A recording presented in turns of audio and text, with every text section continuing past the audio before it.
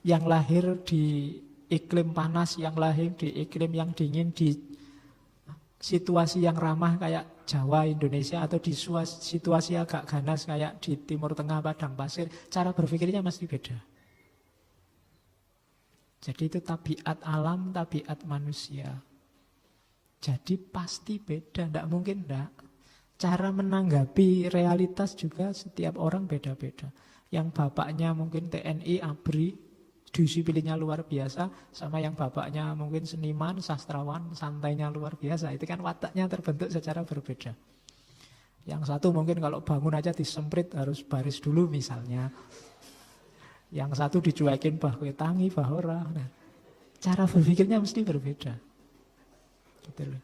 Jadi itu tabiat alam sudah. Karakter manusia memang begitu. Temanmu itu ada yang ngamuan, ada yang tersinggungan, ada yang sinis, ada yang macam-macam wataknya. Itu dibentuk oleh sejarah mereka masing-masing. Itu otomatis sudah. Orang yang susah menerima ini susah hidup biasanya. Kalau kebenaran itu hanya versimu terus, tiap hari kamu kaget, marah, mangkel, tersinggung, ada orang yang berbeda sama kamu.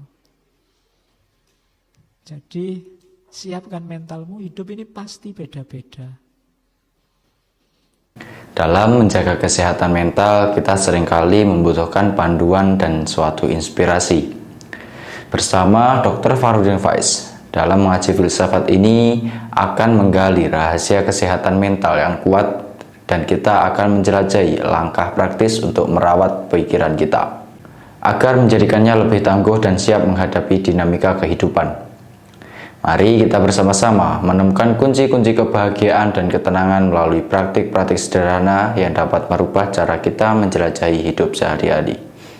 Dengan menggabungkan pengetahuan medis dan pengalaman pribadi, kita dapat menciptakan fondasi yang kokoh untuk kesehatan mental yang optimal.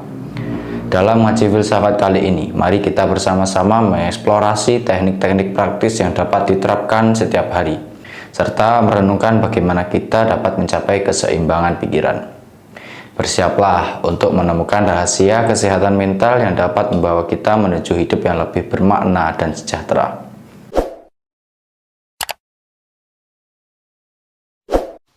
Ada 3 istilah yang harus dibedakan, katanya Syekh Al-Wani. Ada istilah ikhtilaf, ada istilah jadal, ada istilah syikok. Tiga-tiganya ada dalam Al-Quran. Kalau ikhtilaf itu berbeda pendapat. Satu akar kata dari khilaf. Dari kata-kata khulfa. Cuma kalau khilaf itu lebih luas. Semua jenis perbedaan pendapat itu khilaf. Termasuk yang berlawanan. Berlawanan itu bahasa Arabnya did. Cuma tidak semua ikhtilaf itu khilaf. Karena ikhtilaf itu bagian dari khilaf. Kalau ikhtilaf itu lebih ke perbedaan pandangan. Perbedaan pilihan. Itu ikhtilaf. Beda itu tidak mesti berlawanan. Kalau did itu berlawanan. Kalau khilaf itu bisa masuk juga yang berlawanan. Jadi mohon maaf Pak, saya khilaf. Nah, itu khilaf itu berarti melakukan sesuatu yang kebalikannya. Harusnya kamu jujur, kamu bohong. Itu khilaf namanya. Khilaf itu bukan, kalau di Indonesia kan khilaf itu salah tapi tidak sengaja. Kamu tidak niat begitu, wah mohon maaf Pak, khilaf saya Pak. Kalau khilaf itu justru yang ada didnya, ada konotasi berlawanan. Itu khilaf. Kalau ikhtilaf itu beda. Misalnya dosennya nyuruh, tolong bikin makalah 20 halaman. Terus kalau saya beda sama Bapak, tidak 20, tapi 50 halaman. Nah, itu ikhtilaf namanya. Tidak berlawanan, tapi beda. Itu ikhtilaf. Saya suka yang rambutnya panjang, kulitnya putih, hidungnya mancung. Nah, kalau saya tidak begitu. Saya sukanya yang rambutnya keriting, hidungnya pesek, dan kulitnya hitam misalnya. Nah, itu kan ya sama-sama perempuan kan maksudnya. Odo, seneng perempuan cuma beda selera, itu ikhtilaf. Kita cuma ikhtilaf saja, bukan khilaf. Kalau khilaf itu kebalikannya. Saya suka laki-laki, Kalau saya suka yang perempuan. Nah, itu khilaf berarti. Mohon maaf saya khilaf, sukanya beda. Oke, itu ikhtilaf. Kenapa sih kok terjadi ikhtilaf? Bolak-balik orang ngomong bahwa perbedaan itu niscaya. Niscaya itu maksudnya tidak bisa dihindari. Ada beberapa sebab. Yang pertama sunatullah. Sunatullah itu ya memang skenarionya Allah begitu. Wa ja'alnakum syir'atan wa minhajan. Kita jadikan kalian umat manusia itu berjalan-jalan berkelompok-kelompok. Kenapa begitu? Secara sunatullah yang pertama, alam dan hidup ini diciptakan bervariasi beda-beda. Kholeknya, ciptaannya Allah itu macam-macam. Niscaya sudah. Dalam hal apapun. Situasi objektif maupun situasi subjektif itu macam-macam. Mulai cuaca, mulai iklim, mulai hawa, mulai macam-macam. Alam ini selalu beda-beda. Nyari yang persis plek 100% itu susah. Sampai orang kembar sekalipun pasti ada bedanya. Ya paling tidak beda namanya. Ya sak kembar-kembarnya orang kan namanya mesti beda. Nek namanya sama bingung bapak. Jadi enggak, alamiah itu beda, tidak sama. Kalau orang ini sama semua kan juga menyusahkan. Wajahnya podo, rambutnya podo, enggak, beda. Termasuk tabiat manusia. Kepribadian, watak, pemikiran orang itu pasti beda-beda. Tergantung sejarahnya masing-masing. Yang lahir di iklim panas, yang lahir di iklim yang dingin, di situasi yang ramah kayak Jawa, Indonesia, atau di situasi agak ganas kayak di Timur Tengah, padang pasir, cara berpikirnya mesti beda. Jadi itu tabiat alam, tabiat manusia. Jadi pasti beda, tidak mungkin tidak. Cara menanggapi realitas juga setiap orang beda-beda. Yang bapaknya mungkin TNI, ABRI, disiplinnya luar biasa, sama yang bapaknya mungkin seniman, sastrawan, santainya luar biasa. Itu kan wataknya terbentuk secara berbeda. Yang satu mungkin kalau bangun aja disemprit harus baris dulu misalnya. Yang satu dicuekin bahwa tangi, bahora. Nah, cara berpikirnya mesti berbeda. Gitu loh. Jadi itu tabiat alam sudah. Karakter manusia memang begitu. Temanmu itu ada yang ngamuan, ada yang tersinggungan, ada yang sinis, ada yang macam-macam wataknya. Itu dibentuk oleh sejarah mereka masing-masing. Itu otomatis sudah. Orang yang susah menerima ini susah hidup biasanya. Kalau kebenaran itu hanya versimu terus, tiap hari kamu kaget, marah, mangkel, tersinggung, ada orang yang berbeda sama kamu. Jadi siapkan mentalmu, hidup ini pasti beda-beda. Yang kedua, agama juga begitu. Buktinya apa? Banyak sekali tafsir agama. Banyak sekali pendapat-pendapat. Qurannya sama, hadisnya sama. Tapi madhab itu puluhan. Meskipun bagi kita akui 4 kalau fikih. Belum madhab kalam, belum madhab tasawuf. Berapa puluh thariqat yang ada. Ayat ada yang mutasabihat, ada yang muhkamat. Jadi ternyata tabiatnya agama secara sunatullah juga ikhtilaf, macam-macam. Secara sengaja memang sama Allah dibikin ada yang mutasabihat. Pasti nanti aja yang menafsirkan A, ada yang menafsirkan B, monggo. Kita tugasnya cuma fastabiqul khairat. Ayo berlomba-lomba dalam kebaikan, bukan tabrakan. Jadi tabiat agama itu ikhtilaf. Apalagi kalau agama dipersempit lagi dalam nas, teks, Quran, hadis, tabiat bahasa. Bahasa itu satu kalimat bisa berjuta makna. Kata asem misalnya, itu bisa asem buat masak, bisa asem buat miso. Ya kan? Itu hanya asem. Belum asu. Loh, asu itu tandingannya ASI. Kalau ASI air susu ibu, kalau asu air susu umi. Loh kan sekarang banyak yang manggil umi, jadi kan anak kecil harus dikasih asu. Biar lebih islami daripada ASI. ASI kan cuma ibu. Oke. Nah, ya kan, itu kan bahasa. Satu kata, ribuan makna. Belum lagi yang satu, kalau pacaran akhi, ukhti kan gitu. Ya, yang satu romantisnya gitu, yang satu nggak romantis belas, pimblo, piye yang was. Jadi bahasa lebih dahsyat lagi perbedaannya. Jadi alam realitas ini beragam. Manusia dengan segala wataknya, lahir batinnya juga beragam. Agama juga ternyata memungkinkan keragaman. Apalagi bahasa. Hidup ini kan tidak bisa tanpa bahasa. Kamu ngomong pakai bahasa, mikir juga kan pakai kategori-kategori bahasa. Kalau tidak ada bahasanya, nggak ada istilahnya, kamu tidak bisa mikir. Semuanya pakai bahasa. Dan ternyata bahasa itu pemahamannya juga macam-macam. Maknanya bisa berbeda-beda. Kita harus jadi anak soleh. Soleh itu yang macam-macam. Ada yang fokus soleh itu yang penting akhlaknya baik. Ada yang soleh itu yang penting rajin ke masjid. Ada yang soleh itu macam-macam. Belum lagi soleh yang soto Pak Soleh. Macam-macam deh, podo-podo soleh. Itu bahasa. Jadi sebab ikhtilaf itu sunnatullah. Kenapa sih kok terjadi ikhtilaf? Bolak-balik orang ngomong bahwa perbedaan itu niscaya. Niscaya itu maksudnya tidak bisa dihindari. Ada beberapa sebab. Yang pertama sunnatullah. Sunnatullah itu ya memang skenarionya Allah begitu. Wa ja'alnakum syir'atan wa minhajan. Kita jadikan kalian umat manusia itu berjalan-jalan berkelompok-kelompok.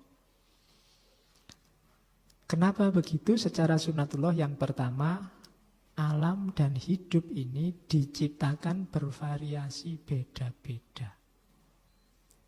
Kholeknya, ciptaannya Allah itu macam-macam. Niscaya sudah.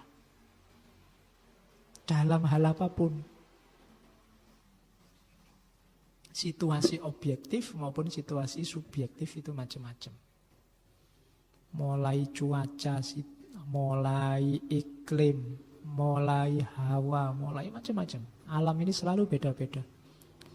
Nyari yang persis plek 100% itu susah. Sampai orang kembar sekalipun pasti ada bedanya. Ya paling tidak beda namanya. Ya sak kembar-kembarnya orang kan namanya mesti beda. Namanya sama bingung bapak. Jadi enggak, alamiah itu beda, tidak sama. Kalau orang ini sama semua kan juga menyusahkan. Wajahnya podo, rambutnya podo, enggak, beda. Termasuk tabiat manusia. Kepribadian, watak, pemikiran orang itu pasti beda-beda. Tergantung sejarahnya masing-masing. Yang lahir di iklim panas, yang lahir di iklim yang dingin, di situasi yang ramah kayak Jawa, Indonesia, atau di situasi agak ganas kayak di Timur Tengah, padang pasir, cara berpikirnya mesti beda. Jadi itu tabiat alam, tabiat manusia. Jadi pasti beda, tidak mungkin tidak. Cara menanggapi realitas juga setiap orang beda-beda. Kenapa perbedaan selalu terjadi? Manusia itu ambivalen. Itu sebenarnya nama lain dari manusia itu kompleks. Kita sadar bahwa perbedaan itu tidak bisa dihindari, tapi sekaligus kita tidak nyaman kalau berbeda. Itu alami sudah. Kamu tahu sih orang itu cara berpikirnya beda-beda, cara dia menangkap kenyataan beda-beda, tapi berdekatan dengan orang yang beda itu kamu tidak nyaman. Itu watak sudah manusia. Jadi makanya di situ disimpulkan ya perbedaan memang fakta yang tidak bisa dihindari, tapi karena tidak nyaman tadi, maka kebersamaan atau kesamaan itu harus diusahakan. Jadi dua hal yang hidup dalam diri kita secara sekaligus. Kita tahu dan sadar bahwa perbedaan tidak bisa dihindari, tapi kita tidak bisa bohong bahwa dekat dengan yang berbeda dengan kita itu tidak nyaman. Kita yang terbiasa hidup sakarepe dhewe jorok-jorok dikit tidak masalah. Itu mungkin tidak nyaman kalau dekat orang yang bersihan. Dikit-dikit cuci tangan, cuci kaki, dikit-dikit tidak betah. Keringat dikit aja kamu sudah tidak enak. Tapi sementara yang sini bajunya nggak dicuci 3 minggu, nggak pernah mandi, nggak masalah. Itu kan tidak nyaman, dua-duanya tidak nyaman. Yang suka hidup sembarangan tidak nyaman, yang suka hidup bersihan juga tidak nyaman. Yang satu cara berpikirnya adilnya luar biasa, yang satu cara berpikirnya santainya luar biasa. Itu dua-duanya saling tidak nyaman pasti. Padahal dua-duanya sadar loh, ya manusia itu memang beda-beda. Tapi sama-sama tidak nyaman. Itulah sunatullah mengapa terjadi ikhtilaf. Mengapa terus macam-macam. Ketidaknyamananmu harus diperjuangkan. Biar kamu tetap bisa bersama dia meskipun kamu merasa tidak nyaman. Ini kan perlu rumusan-rumusan khusus. Jadi sebab ikhtilaf selanjutnya karakter ambivalen manusia. Manusia itu selalu begitu. Katanya pingin sendiri, tapi begitu sendiri nulis puisi, aku kesepian. Susah ya. Oke. Jadi sebab ikhtilaf. Psikologi manusia yang bikin selalu berbeda apa? Manusia itu agresif. Selalu ingin menang, lebih unggul dari yang lain. Ini karakter, kalau bahasanya Thomas Hobbes, homo homini lupus. Bahasanya Nietzsche, manusia selalu punya hasrat untuk berkuasa. Selalu ingin, aku lebih unggul darimu. Aku lebih baik. Itu karakter agresif namanya. Yang mendeteksi karakter ini Sigmund Freud dalam psikoanalisisnya. Sebenarnya manusia itu kompleks. Bisa pasrah menerima, juga bisa agresif. Dua-duanya punya. Cuma sejarah hidup nanti yang menentukan orang ini karakternya yang mana. Biasanya karakter agresif lebih kuat. Disadari atau tidak disadari. Jadi agresif itu ya pengen menaklukkan orang lain, pengen menguasai. Bahkan kalau mungkin yang lain biar hancur, akulah pahlawannya.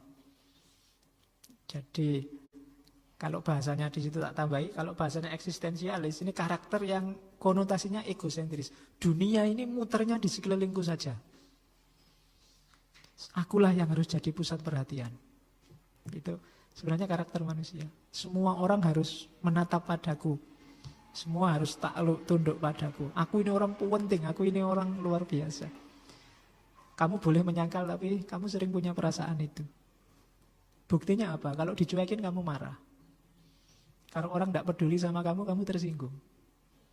Kalau dibantah, kamu ingin balas. Meskipun kamu tahu kamu salah. Kamu ngantri misalnya, nyerobot, diingetin. Mas, Mbok jangan nyerobot. Kamu tahu itu salah, tapi kamu mesti balas. Nyari alasan biar kamu tetap benar. Loh, yang lain juga nyerobot kok didemin aja, saya kok diingetin, tidak adil itu. Ono wae alasannya. Kalau sudah jelas-jelas salah, diwawancara, Mbak kan tidak boleh begitu. Ngapain sih usil sama saya? Urusan besar-besar banyak, ada korupsi, ada hubungannya apa? Udah salah kok malah tidak mau diingetin. Ngapain usil sama saya? Urus itu kok korupsi, urus itu kesenjangan sosial, urus itu. Ya tapi sampean salah. Orang tidak mau disalahkan. Karena berarti menyalahi karakternya untuk menguasai yang lain. Ada rasa itu. Di levelmu sendiri kamu ingin jadi penguasanya. Ya levelmu itu berarti makommu. Mungkin di kamar kos, mungkin di rumah, mungkin di kelasmu, mungkin selalu ingin agresif. Itu yang bikin orang, sebenarnya dia ngerti beda pendapat itu sunatullah. Kenapa kok terus gegeran terus? Pengen dia yang jadi penguasanya. Pengen dia yang menguasai wacananya, pengen dia yang dianggap benar. Bolehlah kita beda, tapi kan tetap aku yang paling benar. Selalu begitu. Itu karakter agresif. Ada dalam setiap diri kita. Makanya hati-hati. Kalau tidak hati-hati, egosentrisme tadi jatuhnya pada kesombongan. Kesombongan nama lain dari musyrik tadi, katanya Al-Quran. Jadi jangan-jangan kita ini kaum musyrikin semua. Merasa besar. Buah dari karakter agresif kita. Oke. Nah, karakter agresif inilah yang bikin medsos itu tiap hari rame. Yang bikin ada urusan sekecil apapun jadi besar. Kenapa? Ketika orang merasa hal ini bisa membuatku menang, maka hal kecil akan jadi besar. Dengan selama ini aku kalah ya, mumpung ada isu ini, dengan isu ini mungkin aku menang. Itu karakter agresif. Mungkin tidak ada hubungannya sama politik malah, mungkin tidak ada hubungannya sama budaya, mungkin tidak ada hubungannya sama kepentingan apapun. Tapi kepentingan agresif ini biasanya mendorong. Kadang-kadang ada orang biar aja aku keluar uang banyak tapi puas. Nah, itu karakter agresif. Ingin dirinya menang. Seandainya bukan aku yang menang, jangan sampai dia yang jaya. Kan ada yang prinsipnya begitu. Tak tembak kok nolak, biar aja. Yang penting bukan temanku yang itu yang nembak diterima. Nah, ada perasaan begitu. Kalau lebih tinggi dari aku tidak masalah. Nah, itu karakter agresif namanya. Pingin dia selalu unggul, pingin dia selalu menang. Nah, itu penyakit. Kamu sadari apa enggak, di banyak level hidupmu kamu terjangkiti penyakit ini. Dan itulah sumber konflik. Sebenarnya kalau kamu cerdas, kamu bisa memanfaatkan karakter ini untuk menang dari orang lain. Orang itu suka dipuji, suka dibesar-besarkan. Nah, untuk mengambil hatinya, pujilah dia, besar-besarkanlah dia, mesti dia. Secara tidak sadar, dia sebenarnya kamu taklukkan. Wah, sampean itu hebat, luar biasa ya. Kagum sekali lagu sama sampean itu. Oh iya toh, wah baru tahu saya kalau saya dianggap besar. Terus, Mas ada uang berapa Mas? Oh itu dia kalau sudah begitu nolaknya susah wis itu. Jadi habis ngomong, wah saya itu pingin kayak sampean, malam ini bisa nginep sini nggak Mas? Itu mesti nolaknya susah mesti. Jadi ketika kamu tunjukkan bahwa kamu tunduk di bawah dia, itu biasanya terus dia kelepek-kelepek malahan. Tapi kalau kamu lawan, dia balas mesti. Oke, kita punya karakter agresif. Tunjukkanlah, biar aja. Wah, hebat sampean, pinter sekali. Saya nggak ngerti loh yang kayak gitu. Besok urusan sama dia lancar mesti. Tapi kalau kamu melawan, dia akan melawan balik. Itu pentingnya ngerti psikologi itu. Nah, dalam perbedaan itu, ketika seseorang terus yakin dengan kebenarannya, ketemu dengan pandangan yang berbeda tadi, terus saling beradu kebenaran. Itu namanya jidal. Jidal itu terjadi dari dua orang yang sama-sama punya kebenaran. Nanti kan ud'u ila sabili rabbika bil hikmah wal mau'izatil hasanah wajadilhum billati ahsan. Ada orang yang tidak ngerti apa-apa, kasih aja mau'izah hasanah. Ada orang yang sama-sama ngerti tapi menurutmu keliru ini. Nah, itu wajadilhum billati ahsan. Jadi jidal itu untuk orang, debat itu untuk orang ngerti sama ngerti tapi berbeda. Jangan mau debat sama orang kamu ngerti dia tidak ngerti. Atau sebaliknya, dia ngerti kamu tidak ngerti. Hasilnya mesti tawuran. Jadi jidal itu ngerti sama ngerti. Kok kamu tiba-tiba ada yang ngajak debat dan menurutmu ini orang ini tidak ngerti, ikut-ikut aja komentar, ikut-ikut aja ngomong, wis tinggalin. Karena kalau tidak, kamu akan terseret ke dia. Begitu dia tidak paham, maki-maki, terus kamu ikut-ikutan maki-maki.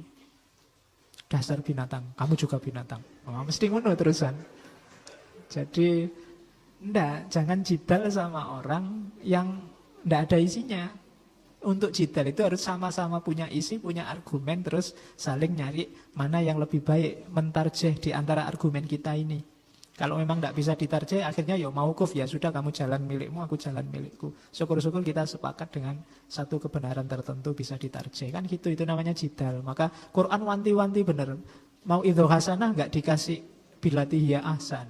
Bil hikmah nggak dikasih bilatihya ahsan. Tapi jidal diwanti-wanti, harus yang baik loh ya. Karena lahirnya khilaf, permusuhan itu dari jidal ini. Jadi hati-hati. Yang kedua jidal. Jidal yang tidak sehat akan melahirkan sikok. Kamu tadi misalnya sama temanmu yang tidak ngerti apa-apa kok jidalnya berlanjut, lahirnya sikok. Jadi keras, kasar, pamer kepintaran masing-masing, ingin menang-menangan. Itu sikok sudah.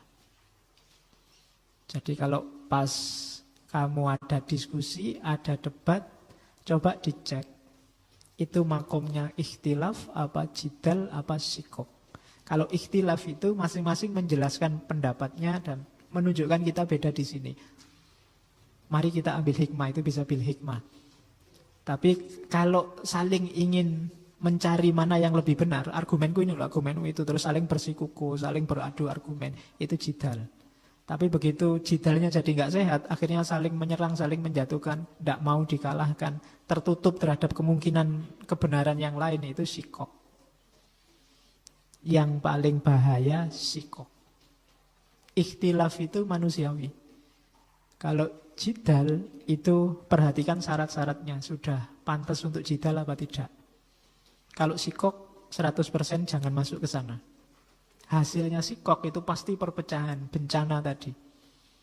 Tragisnya di antara kita yang terjadi lebih banyak sikok. Jadi diskusi yang keras, kasar, nyari menang-menangan, pamer keunggulan masing-masing dan menjatuhkan yang lain. Pingin dirinya jadi yang paling diakui, itu sikok. Jangan masuk ke ranah ini. Sikok itu bales-balesan yang tidak sehat. Kan ada cerita, mungkin dulu pernah saya ceritakan, di Adabul Ikhtilaf juga ada. Jadi satu ketika Abu Bakar duduk-duduk sama Nabi. Tiba-tiba lewat orang Yahudi. Begitu lihat Abu Bakar, tidak tahu ada masalah apa dengan Abu Bakar, tiba-tiba dia maki-maki. Pokoknya muni-muni lah, berbunyi-bunyi. Nah, Abu Bakar diem. Ini orang, pokoknya dianggap orang tidak waras lah, udahlah nggak usah didengerin. Lama orang ini ngomong jelek-jelek tentang Abu Bakar, lama-lama Abu Bakar panas. Ini kok didiemin terus malah ngomong jelek terus. Akhirnya Abu Bakar berdiri dibalas sama Abu Bakar. Dia maki apa dibalas. Ya kayak tadi, mungkin dasar binatang genti, dasar kamu bangunan genti, mungkin gitu. Dibalas. Tadinya waktu Abu Bakar diam, itu Nabi ada di sebelahnya Abu Bakar dan ikut jajar sama Abu Bakar. Begitu Abu Bakar berdiri dan balas, Nabi pergi. Wah, begitu Nabi pergi, Abu Bakar terasa, wah, keliru aku ini wis mesti. Akhirnya Abu Bakar menyudahi debatnya terus tanya, Nabi, ngapain tadi kok jenengan tiba-tiba pergi? Kan sebelumnya sama saya diem santai-santai aja meskipun dimaki-maki. Katanya Nabi, waktu kamu dimaki-maki dan kamu diam, itu malaikat banyak di sekeliling kita ikut mendoakanmu. Tapi begitu kamu berdiri dan balas, malaikatnya pergi semua. Aku ya pergi, malaikat aja pergi. Nah, jadi itu Abu Bakar. Saya tidak tahu kalau kita. Kamu kan sering begitu, ada orang maki-maki, alah biarin aja, tidak apa-apa. Dia orang tidak ngerti. Maki lagi, masih. Nanti kalau sudah lama kan kamu mesti pengen balas. Nah itu semula kamu dijajari malaikat, tapi begitu kamu balas, malaikatnya pergi. Setannya ganti datang. Jadi hati-hati. Yang tidak penting-penting, tidak usah dibalas. Oke.